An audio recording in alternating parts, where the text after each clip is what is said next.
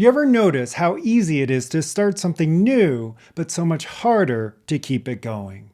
In the last video, we talked about what it takes to just start, how to move through that wall of resistance and train your system to begin, even when it feels impossible. This one picks up right where that left off, because once you've started, the real challenge begins, staying consistent long enough for change to take root. Today we're looking at how to turn early momentum into steady follow-through, not by pushing harder, but by building a structure that makes consistency feel natural. It's easy to feel inspired when you're mapping out your goals. You see what's possible, your energy rises, and for a while it feels like progress. But inspiration isn't structure. And once the excitement fades, the nervous system goes right back to what it knows: comfort. When that happens, the system learns that ideas feel good, but action feels hard. That's the moment where inner training becomes essential. If your pattern is, "I'll start when I feel ready," you're reinforcing hesitation instead of consistency. The real shift happens when you move while the emotion builds, not after. That's how you teach yourself that movement itself creates energy. Once you start writing down everything you want to change, career, health, relationships, it doesn't take long before that tightness shows up in your chest. That's not about the size of your goals, it's about how your body's been trained to interpret challenge. When your mind says, "This is too much," your body responds with pressure.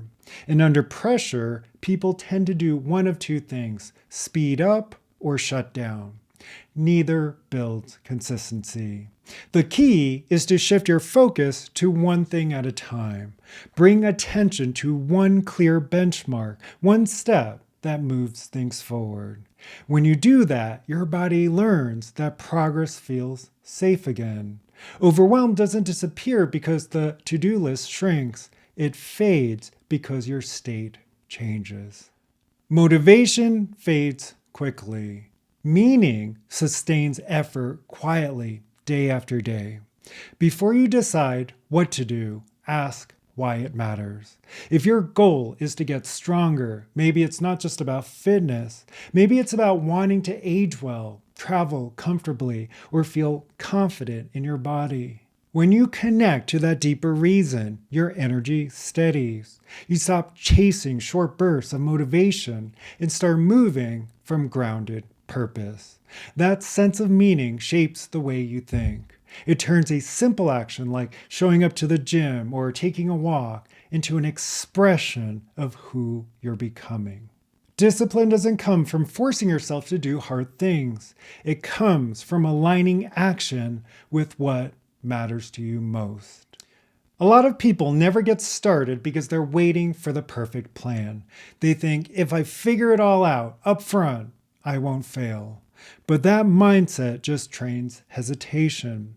Here's a better approach. Write down every possible action you could take toward your goal. Don't edit or overthink it. List everything that comes to mind. Walk 20 minutes a day, drink more water, hire a trainer, read one book on nutrition. Even the silly ones, keep them in. The point isn't accuracy, it's movement.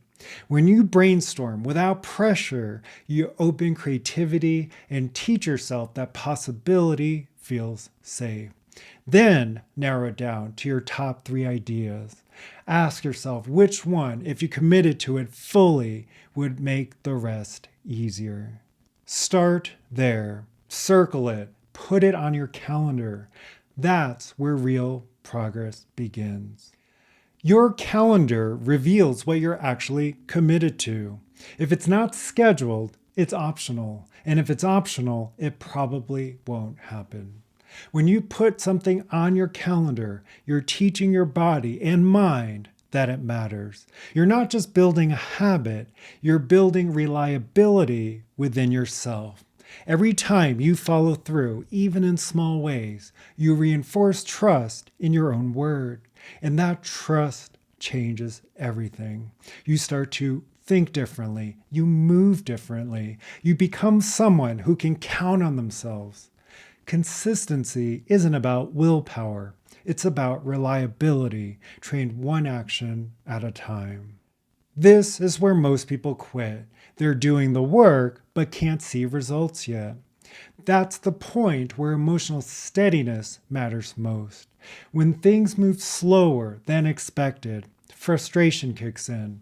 That's the body's old pattern, wanting proof before continuing. But if you can stay steady through that space, you start building a deeper kind of strength. Each repetition, each moment of following through without visible results teaches your system that effort doesn't need instant reward to be worthwhile. Frustration trains chaos. Steadiness trains stability. And that stability eventually compounds into results. This is the part no one talks about, the part that actually builds confidence. Once you're in motion, you'll start getting feedback. Some days it'll feel smooth, other days not so much. That's normal. What matters isn't whether something worked perfectly. What matters is what you learned about yourself while doing it. Instead of judging the result, ask what state you were in when you acted, because outcomes usually reflect the energy you brought into them. If you took action from tension, it'll feel forced. If you acted from calm clarity, it'll probably move things forward. Progress isn't about avoiding mistakes. It's about noticing how your state influences what you create and then adjusting from there. Discipline gets a bad reputation. People think it's about grinding or pushing through resistance, but real discipline is quieter. It's the ability to choose your internal state before you act. If you wake up tired and still choose to move your body, you're training resilience. If you have a tough conversation and stay grounded instead of defensive, you're training steadiness. That's discipline, not the absence of resistance, but the ability to act in alignment despite it. The more you practice that, the more dependable you become to yourself and others. This way of training applies to everything. In work, it might look like setting one meaningful action each day and doing it no matter what. In relationships, it could mean slowing down before reacting so you can respond with presence. In health, it might be preparing one simple meal that supports your energy instead of reaching for convenience. The pattern's the same. Notice what you're reinforcing emotionally and mentally each time you act. Because what you practice internally shows up externally. Over time, that consistency creates momentum that doesn't depend on motivation. If you're hearing this and thinking, that's me, you're not doing anything wrong. You've just been rehearsing patterns that don't fit the life you want to build anymore. And those can be retrained. Your body and mind adapt to whatever you repeat. So if you've been practicing stress, avoidance, or inconsistency, you can just as easily start practicing calm, follow through, and focus. That's not personality, it's pattern. And patterns change through practice. Before you go, sit with this question. What emotional state are you practicing every day without realizing it? Because whatever that is, it's shaping your life more than your goals are. If it's frustration, you'll keep recreating resistance. If it's calm focus, you'll build from steadiness. Start small, pick one area, choose one simple action you can repeat this week. Put it on your calendar. Follow through even when you don't feel like it. Each repetition builds a little more strength, a little more steadiness. And that's what creates real confidence, the kind that doesn't depend on outcomes. If you're ready to stop managing stress and start training a steady inner foundation, I've built a system that helps with that. It integrates emotion, thought, and the nervous system. So you don't just understand your patterns, you actually shift them. You can find the link below. I also share short weekly practices on Instagram at Mike Wang Coaching. And if you want more depth, you can join my newsletter for reflections and tools I only share there. And if you haven't watched the first part of this conversation yet, go back and check out Just Start Even When It Feels Impossible.